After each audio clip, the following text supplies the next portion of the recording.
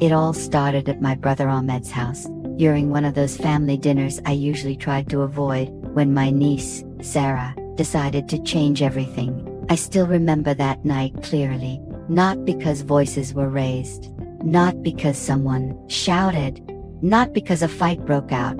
I remember it because of how quiet everything became, right after one sentence silently destroyed my dignity. I still remember that night clearly, not because voices were raised, not because someone shouted, not because a fight broke out. I remember it because of how quiet everything became, right after one sentence silently destroyed my dignity.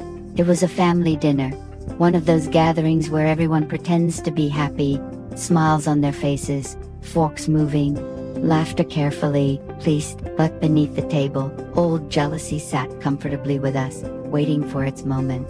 The house smelled like roasted chicken and warm bread, plates touched gently, glasses clinked.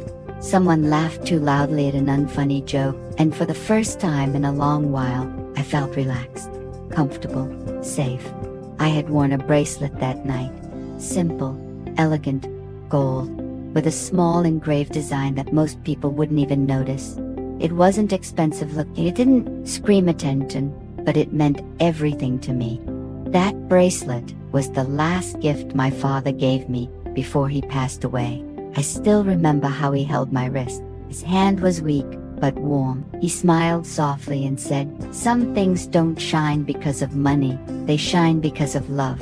I never told anyone that story. Some memories are too personal, too fragile, too sacred to explain at a dinner table. Across from me sat my brother, Basadim, his wife, and next to her, their daughter, my niece. She was young, curious, loud, the kind of child who repeats everything she hears, especially the things adults should never say out loud. Halfway through dinner, as I reached for my glass, it happened. My niece suddenly grabbed my wrist, hard. Before I could even react, before I could say her name, she yanked the bracelet off my arm. Time stopped, the room froze.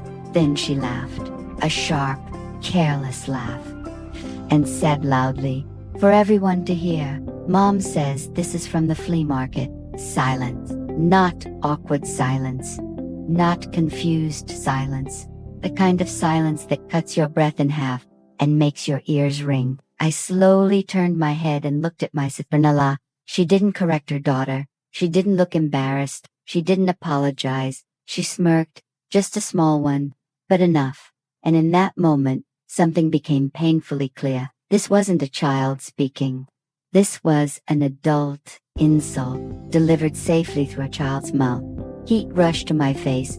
My chest tightened. My hands shook slightly under the table. I could have shouted. I could have cried. I could have explained what that bracelet meant, but I didn't. Instead, I smiled. A slow, calm smile. I reached out gently, took the bracelet back, wrapped it around my wrist again, and said softly, "Oh really? That's interesting." Everyone thought it was over. They went back to eating, back to talking, back to pretending nothing had happened. But inside me, something broke quietly, not my heart, my patience. And that was the exact moment I made a decision. I would not react. I would not argue. I would not embarrass myself trying to explain my worth. I would respond. And when I did, they would never forget it. That comment didn't come from nowhere. Cruelty like that doesn't appear suddenly. People like her don't wake up one morning and decide to hurt someone. They practice it quietly, over years. My sister-in-law and I had history. Not loud arguments, not public fights, something colder, comparison. From the moment she entered the family, everything about me became something to measure herself against. Thought my job, my independence, my choices, my life. She married into comfort. I built mine alone. She never said it directly, but I felt it in the way she smiled a second too late, in the way her eyes followed me when others praised my work.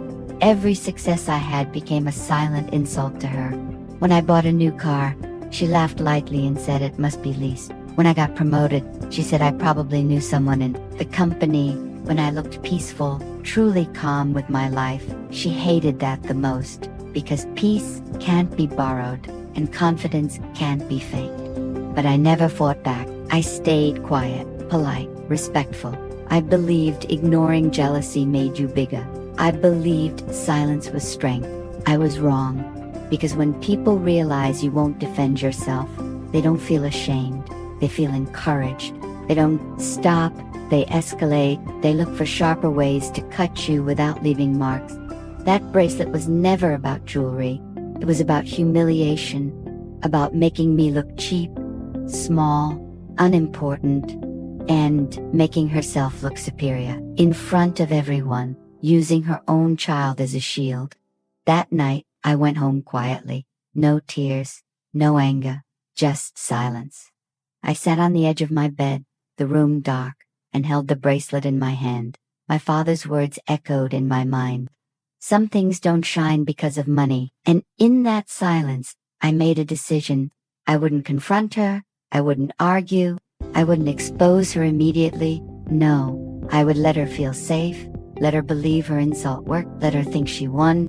Because the most effective revenge isn't loud. It's patient. It's watching someone grow careless while you stay calm. It's letting them dig their own grave while you stand there, smiling. From that day on, I started paying attention. Not in an obvious way. Not with anger in my eyes. Quietly. The way you observe a room when you already know something is wrong. I watched the way she talked. Always confident. Always a little too loud. I watched the way she bragged, dropping brand names into conversations that had nothing to do with them. I watched the way she lied casually, as if truth was optional and image mattered more. And slowly, very slowly, the truth began to reveal itself. Her designer bags, borrowed. I noticed how they appeared suddenly, then disappeared just as fast. How they never showed signs of being lived with, only shown off. Luxury lifestyle, funded by debt, carefully hidden behind smiles and captions. Credits stretched thin, pretending to be comfort. Her perfect image, built on very thin lies, so thin that all it took was patience to see through them. And the more I observed, the clearer everything became. That comment about my bracelet, it was never about the bracelet. It was about fear. Because people drowning in fake status can't stand anything real. Real peace, real independence, real value that doesn't need approval. I didn't rush. I didn't confront her. I didn't give her the satisfaction of knowing she had affected me.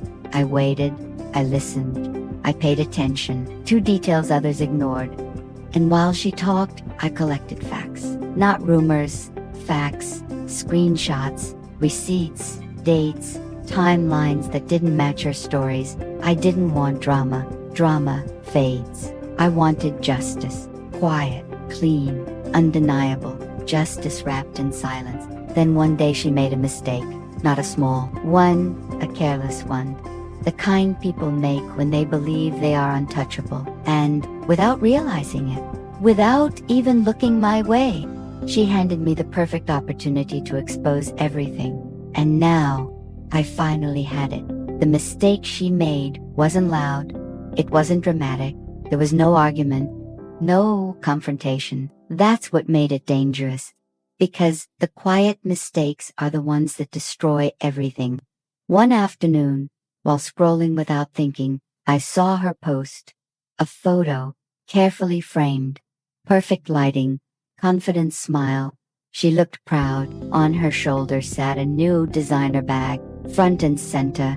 The caption was full of confidence, hints of success, subtle bragging, disguised as gratitude. I stared at that photo longer than I should have, not because I was impressed, because something felt familiar. I zoomed in, and that's when my stomach tightened.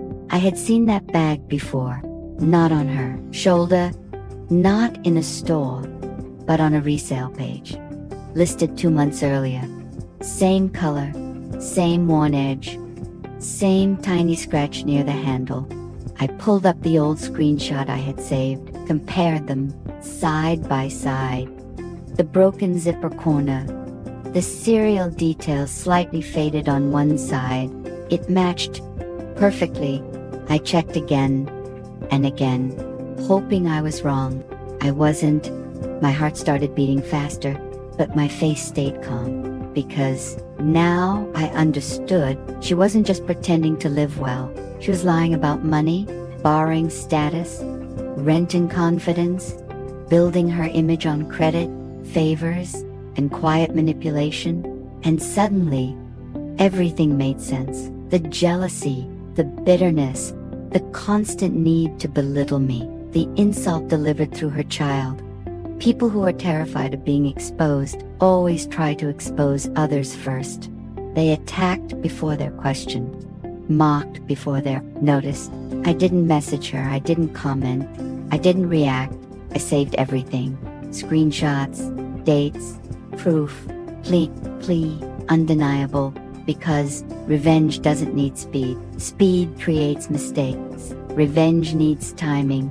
And now, I had it. A few weeks later, my brother announced a family celebration. Not just any gathering, a big dinner, extended relatives, cousins I hadn't seen in months, aunts and uncles who loved gossip more than food. Everyone would be there, and I knew she would be there too. She would dress up, smile wide, speak lightly, play perfect. She would stand in the center of attention, thinking everyone admired her.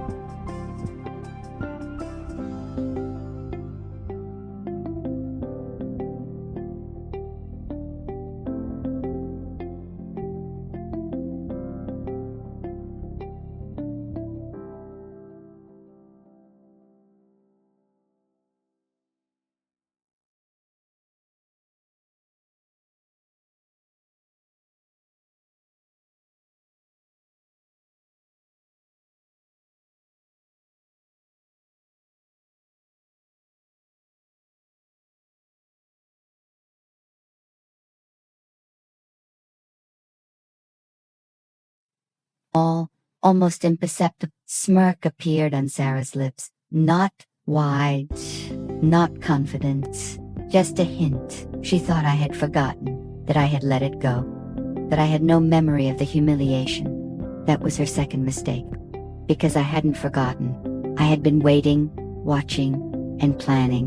Midway through dinner, the conversation shifted. Jobs, money, achievements, relatives, praising accomplishments, compliments floating over the clinking of cutlery, and then someone mentioned Sarah's lifestyle. She laughed proudly, a laugh full of confidence, the kind that assumes admiration. That's when I spoke, softly, calmly. "Oh," I said, "you're really good at keeping appearances." The words were quiet, almost casual, but they cut through the chatter like a knife. The table went silent. She froze for a fraction of a second. Then she laughed nervously, the kind of laugh that tries to hide guilt but fails. "What do you mean?" I didn't raise my voice. I didn't need to. I pulled out my phone. "I mean this. Not to her alone. Not privately." I held it up so everyone could see. Screenshots, dates, the resale listing, the evidence. Clear, undeniable.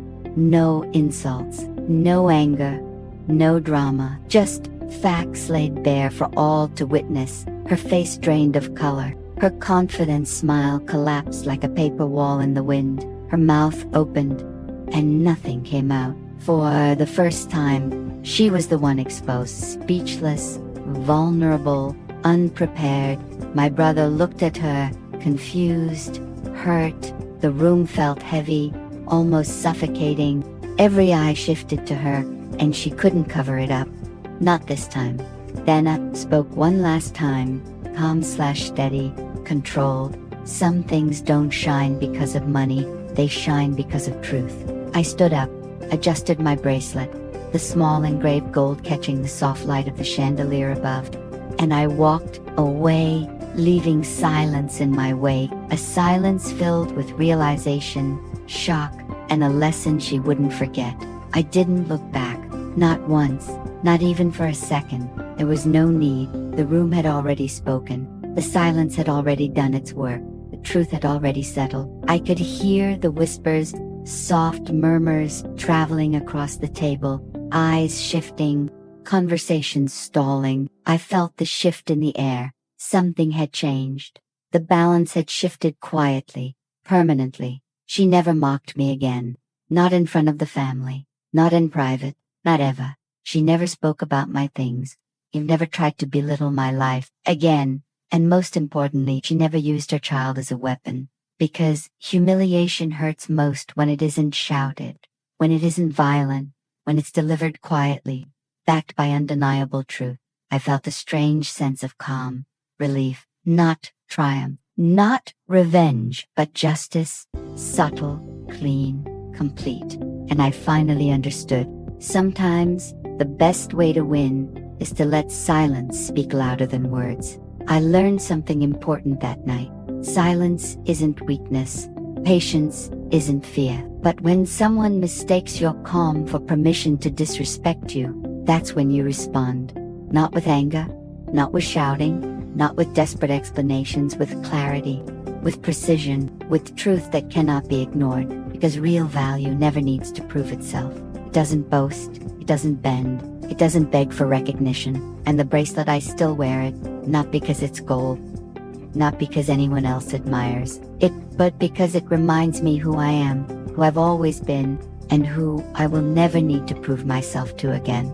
It reminds me that dignity cannot be borrowed, respect cannot be demanded, and justice can be quiet, yet undeniable. Sometimes, the most powerful victory isn't seen in loud triumphs. It's felt in the calm after the storm, when truth stands quietly and no one dares to challenge it. And that night, I learned exactly how strong that calm could be. If you liked this story and want to hear more real, dramatic stories of betrayal, revenge, and life lessons, make sure to like this video, subscribe to my channel, and hit the bell icon so you never miss a story that keeps you on the edge of your seat. I promise, every story has a lesson, a twist, and a truth that will stay with you long after the video ends.